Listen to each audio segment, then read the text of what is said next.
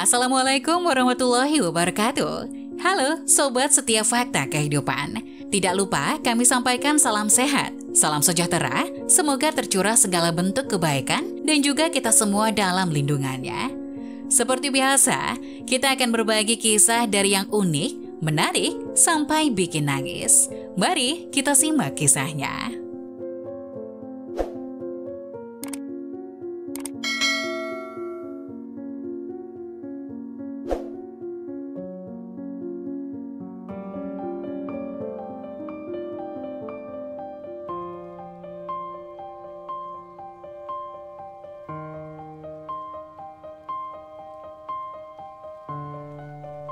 Terlalu bucin, kurir ini ditinggal nikah pacarnya setelah berkorban 8 tahun.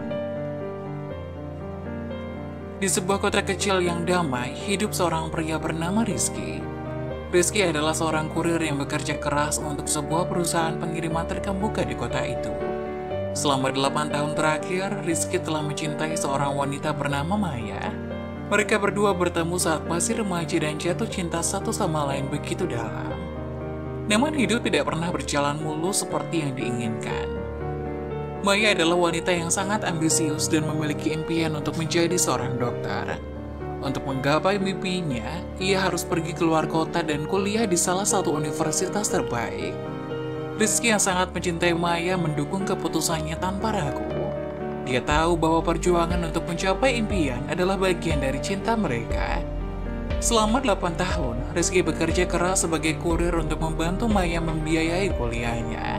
Dia bekerja siang dan malam, mengirim paket-paket dari satu kota ke sudut lainnya.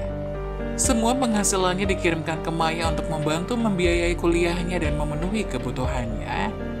Rizky selalu dengan senang hati menuruti setiap permintaan Maya, bahkan jika itu berarti melampaui batas kemampuannya. Baginya, kebahagiaan Maya adalah prioritas utamanya.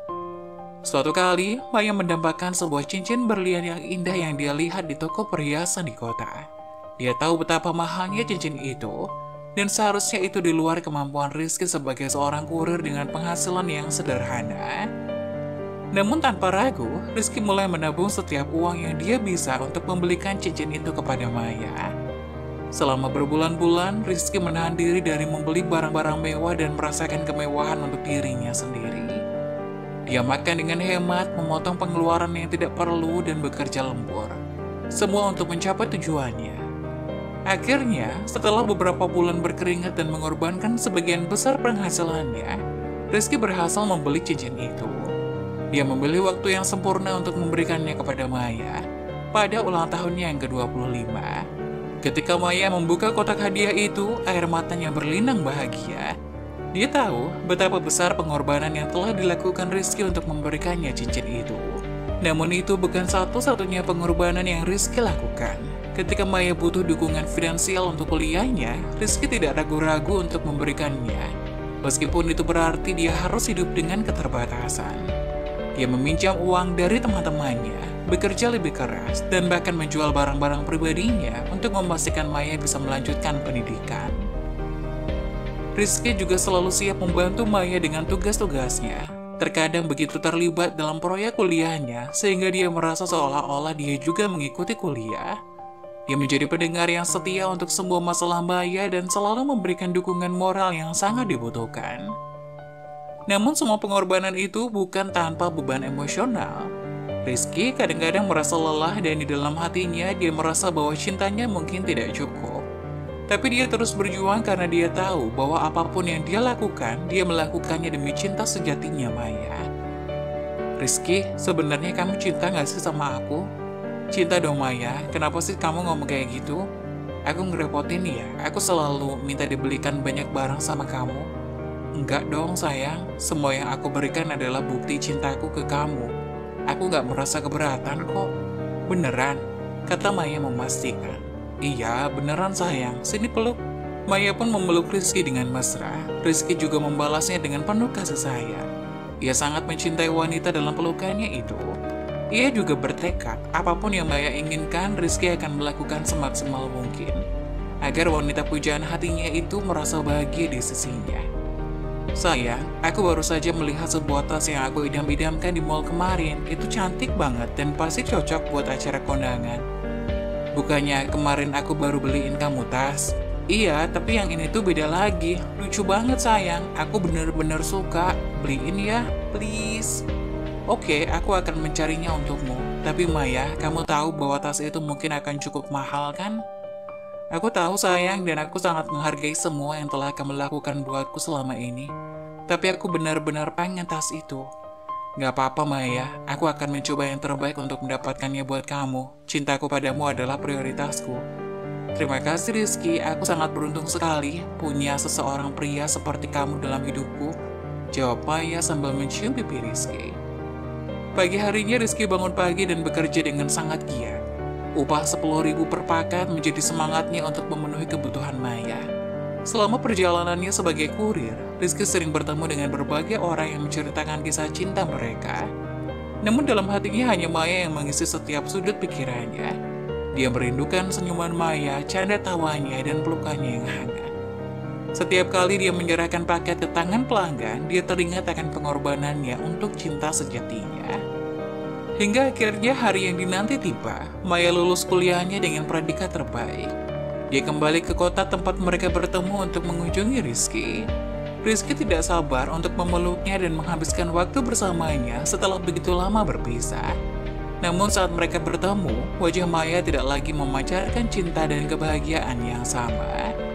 Sayang, selamat ya, aku benar-benar bangga sama kamu, akhirnya kamu bisa wisuda, kata Rizky sambil memberikan bunga berukuran besar kepada Maya. Penampilan Rizky kala itu sangat menarik perhatian siapa saja yang lewat, membuat Maya agak risih menjadi pusat perhatian.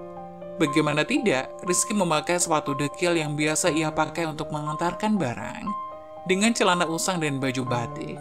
Meski Maya tahu bahwa baju batik Rizky adalah baju baru, tapi kesan dekil dari Rizky tidak hilang karena kulitnya sangat hitam akibat sering terpapar sinar matahari. Maya yang merasa malu pun segera mengajak Rizky ke tempat yang sepi dan mengucapkan terima kasih karena dirinya telah jauh-jauh datang untuk memberikan bunga. Tapi kala itu Maya berbohong mengatakan bahwa sehabis acara, dirinya bakal ada acara tambahan bersama teman-teman satu kelasnya untuk acara pribadi. Acara yang cuma bisa dihadiri teman-temannya saja. Mendengar jawaban dari Maya, Rizky pun agak sedih. Tapi dia tidak ingin menunjukkan kesedihannya di depan Maya. Ia tetap mendukung kegiatan Maya dan percaya padanya. Hari berganti, Maya dan Rizky kembali menjadi sepasang kekasih yang terlihat mesra. Rizky juga sangat senang karena Maya telah kembali ke pelukannya, menemani hari-harinya lagi. Membuat Rizky kembali bersemangat untuk bekerja demi bisa menikahi dokter cantik itu. Iya, 8 tahun pacaran. Rizky tidak ingin kehilangan Maya. Dirinya harus segera meminang kekasihnya agar tidak keduluan orang lain. Maklum saja, Maya adalah gadis cantik dan kini memiliki gelar. Pasti bakal banyak yang mengincarnya, tapi Rizky tetap optimis bahwa Maya tidak akan pernah mengkhianatinya, karena cinta mereka sudah 8 tahun berjalan. Sayang, aku seneng banget bisa ketemu kamu lagi, tapi tahu nggak, aku baru saja melihat gaun pengantin yang sangat cantik di sebuah toko pernikahan tadi. Oh ya? Apa kamu sudah sangat ingin menikah, sayang? Iya dong, masa enggak? Umur aku kan sudah nggak muda lagi. Gaun itu punya ekor yang panjang. Full manik-manik dan cantik banget. Pokoknya aku mau gaun itu sebagai gaun pernikahan aku. Iya sayang, semoga aku bisa ngewujudin impian kamu yang satu itu ya. Kamu selalu mengerti aku, Rizky. Makasih ya. Tapi kamu harus tahu Maya, aku telah bekerja keras tiap hari dan selalu membelikanmu berbagai barang yang kamu inginkan. Kadang aku merasa sulit untuk menabung untuk masa depan kita bersama. Apa kamu mau menunggu lebih lama lagi? Aku tahu apa yang harus aku lakukan, Rizky, dan aku sangat menghargai semua yang telah kamu lakukan buat aku. Tapi ini gaun pengantinku, Rizky, dan aku ingin semuanya sempurna saat aku menikah nanti. Aku mencintaimu begitu dalam, Maya, dan aku akan mencoba yang terbaik untuk memenuhi keinginanmu. Tapi tolong ingat, kita juga perlu merencanakan masa depan kita bersama termasuk kenangan kita. Maaf Rizky, termasuk keuangan kita. Maaf Rizky, aku mengerti apa yang kamu maksud. Aku tidak ingin membuatmu merasa tertekan. Aku hanya terlalu bersemangat untuk pernikahan, dan aku lupa betapa sulitnya itu bagi kita berdua. Gak apa-apa Maya, aku juga sangat ingin kita menikah. Tapi aku hanya ingin memastikan bahwa kita juga punya stabilitas keuangan untuk masa depan. Aku akan mencari cara untuk membelikanmu gaun impian itu. Tapi mari kita juga bicara tentang perencanaan keuangan itu bersama-sama. Lagi-lagi, Rizky menuruti permintaannya. Posisi Rizky yang sekarang bukan lagi sebagai kurir biasa, tapi leader para kurir yang artinya gaji yang ia dapatkan juga lebih tinggi dari sebelumnya.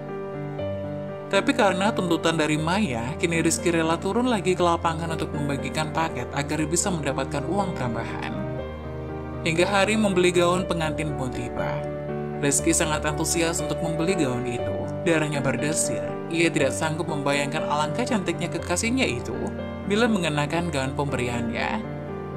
Rizky sangat senang, bahkan ia meminta pemilik toko untuk membungkus kado itu hati-hati karena takut gaunnya rusak. Sang pemilik toko hanya tersenyum senang mengetahui ada seorang laki-laki yang tulus kepada kekasihnya hingga sangat memperhatikan gaun pengantinnya. Malam harinya, Rizky sudah janjian dengan Maya. Dirinya merencanakan untuk makan malam di sebuah kafe sekaligus untuk melamar kekasih yang ia cintai selama 8 tahun. Dirinya bahkan sudah meminta bantuan dari para pelayan kafe untuk mendekor penuh bunga yang romantis agar Maya terkesan. Waktu yang dijanjikan tiba, Rizky merasa sangat tegang dan campur aduk. Matanya terus memandangi pintu masuk kafe, menandakan bahwa dirinya sangat menanti kehadiran kekasih hatinya itu. Dan saatnya pun tiba, wanita cantik berambut panjang masuk dengan senyum sumringah sambil melambaikan tangan ke arah Rizky. Rizky mendapati hal itu merasa sangat bahagia. Ia merasa seperti Tuhan sangat baik kepada dirinya hingga membiarkan bidadari cantik itu jatuh cinta padanya. Tapi senyuman Rizky itu berubah menjadi raut wajah bingung tatkala ada seorang pria yang lebih tampan darinya. Lebih putih, lebih bersih, serta rapi, tiba-tiba menggandeng lengan Maya. Bukannya melepas gandengan itu, Maya malah makin menggerakkan, bahkan merangkul lelaki tampan di sampingnya.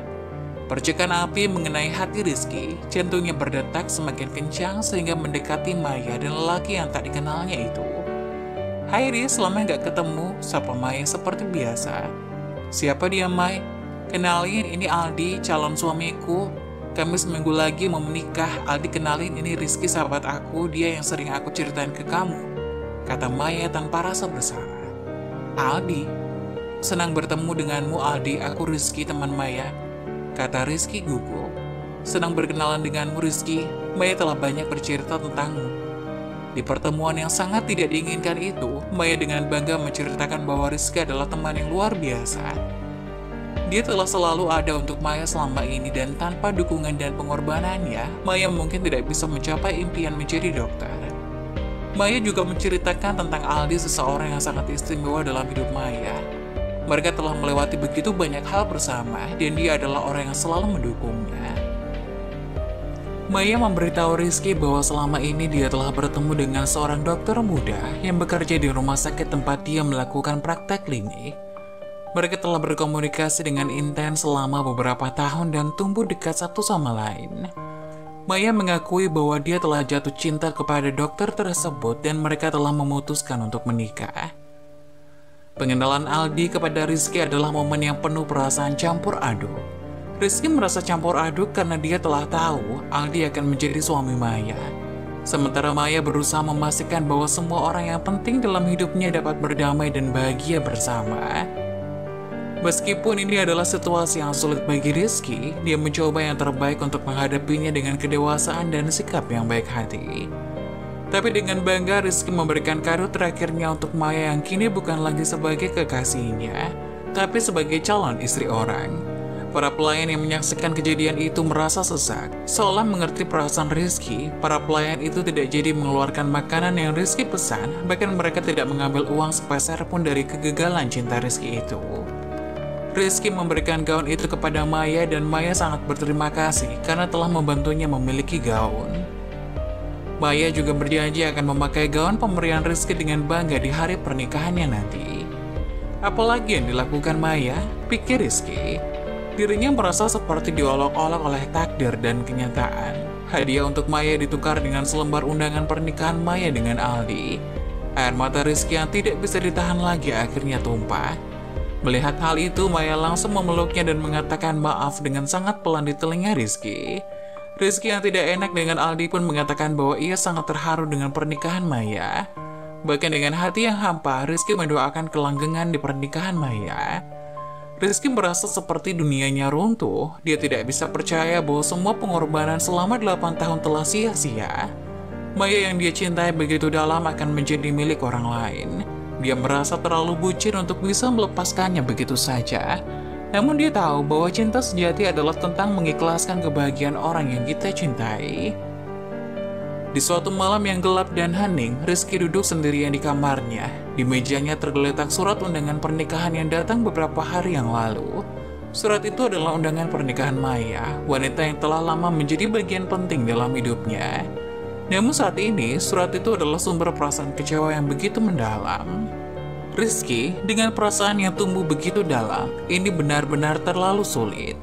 Sejak Maya memutuskan untuk menikahi Aldi, seorang dokter muda yang dikenalkan Maya beberapa waktu lalu, Rizky merasa seperti seluruh dunianya hancur. Meskipun dia mencoba untuk memahami perasaan Maya, hatinya terasa hancur ketika dia menyadari bahwa cinta mereka yang telah bertahan begitu lama akhirnya akan berakhir. Dia merobek sudut surat undangan itu dengan gerakan perlahan. Robekan pertama adalah seperti ekspresi perasaan kecewa yang telah lama terpendam. Dia merasa seperti sepotong dirinya telah dicabut. Namun saat dia terus merobek surat itu, semakin dalam dia merasa kecewa. Suara kertas yang robek menghancurkan hening malam itu. Setelah surat undangan itu hancur dalam genggamannya, Rizky menatapnya dengan mata berkaca-kaca. Itu adalah tindakan melambangkan betapa dalamnya kekecewaan dan perasaan terluka yang ada di dalam dirinya.